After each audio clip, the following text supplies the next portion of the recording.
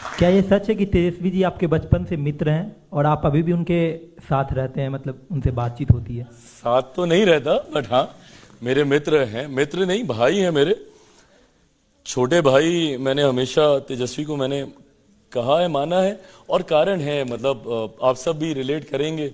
आपके पिता के दोस्त, उनके बच्चे आपके दोस्त बन जाते हैं। So this is how it happened with me also.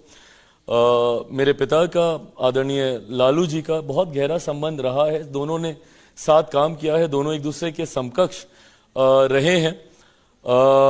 ये कारण है कि मेरी बचपन से तेजस्वी से वो मुलाकात, वो परिचय था। जिनको आप भाई और मित्र और इतना प्यार से बोल रहे हैं, उनकी पब्लिक मीटिंग में आपकी मां को गाली दी गई। हाँ। आज जब मैं इस बात का जवाब दे रहा हूं, आज मैं हूं दुखी। आज मुझे है तकलीफ इस बात की कि जिसको मैंने हमेशा अपना छोटा भाई बोला, उसी के सामने मेरे परिवार के लोगों को गालियां दी गई मेरे लिए। और मैं खुल के बोलता हूं, भले मैं किसी भी अलायंस में हूं, मुझे नहीं डर लगता इस बात को कहने में। मेरे लिए रावड़ी जी मेरी मां है और मैं मानता हूं उनको अपनी मां।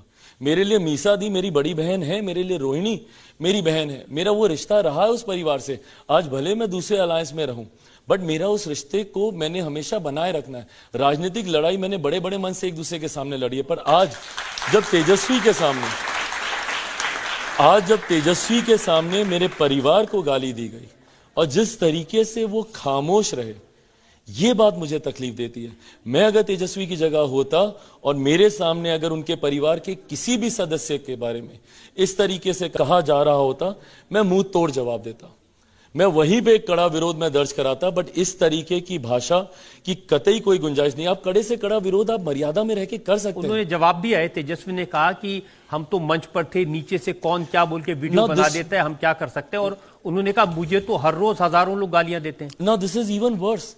आप उसको जस्टिफाई कर रहे हैं। मेरी मां आपकी भी मां है, और ये बात मेरी मां की या किसी की मां की नहीं है, ये हर किसी की है। हम सब परिवार से आते हैं, हम सबकी माएं हैं, हम सबकी बहनें हैं, बेटियां हैं। अब किसी भी महिला के बारे में आप ऐसा सुन कैसे सकते हैं? और आप उसको जस्टिफाई कर रहे हैं ये कह के कि मैंने सुना नहीं। रजत सर, ये सामने, ये ऐसे ही मंच होता है, हम लोग पोडियम पे होते हैं सामने एक पंक्ति पे। हम लोग तो पीएम साहब की सभा में जाते हैं जहां पे इतना बड़ा डी बना रहता है, उसके बाद भी वहां से कोई चिल्लाता है तो प्रधानमंत्री को सुनाई देता है। वो उसके साथ इंटरेक्ट करते हैं कि कौन तकलीफ में खड़ा है। ऐसे में पहली पंक्ति में खड़ा हुआ व्यक्ति आपके सामने मां बहन की गालियों का इस्तेमाल कर रहा है, जिसको आप दोहरा भी नहीं सकते, जिसको आप बिना बीप किए हुए दिखा भी नहीं सकते नेशनल चैनल्स पे, और आप खामोशी से आप खड़े हैं, आप सुन रहे हैं। आप कीजिए ना भाई। आपके सामने कोई अगर तेजस्वी को गाली देता इस तरह, मैं नहीं सुनूंगा। मैं नहीं सुनूंगा। मैं गाली तेजस्वी का मैं किसी के लिए नहीं सुनूंगा। मैं किसी इंसान के लिए नहीं सुनूंगा। सभ्य समाज में गाली की कहीं कोई जगह नहीं है। मैं बार बार कहता हूं, आप कड़े से कड़ा विरोध आप दर्ज करा सकते हैं मर्यादित शब्दों में रहकर। आप ही देखिए, एक के बाद एक एलिगेशंस लगा रहे हैं, डबल स्टैंडर्ड भी बोल दिया, सब बोल दिया, बट मर्यादित होके आप ये कर सकते हैं। आज सोचिए, एक व्यक्ति की इतनी हिम्मत कि तेजस्वी यादव के सामने चिराग पासवान के परिवार को गाली दे रहा है और उसका कुछ नहीं हुआ। सोचिए, वो व्यक्ति जब किसी गांव में जाएगा, वहां पर जाकर बहन, बेटी, माँ के साथ ना सिर्फ अभद्र भाषा का इस्तेमाल करेगा, संभवतः गलत हरकतें भी करेगा, और वो बच जाएगा। क्यों? क्योंकि चिराग पासवान के लिए बोल दिया, तब कुछ नहीं हुआ। तो ये तो एक गांव की आम महिला है।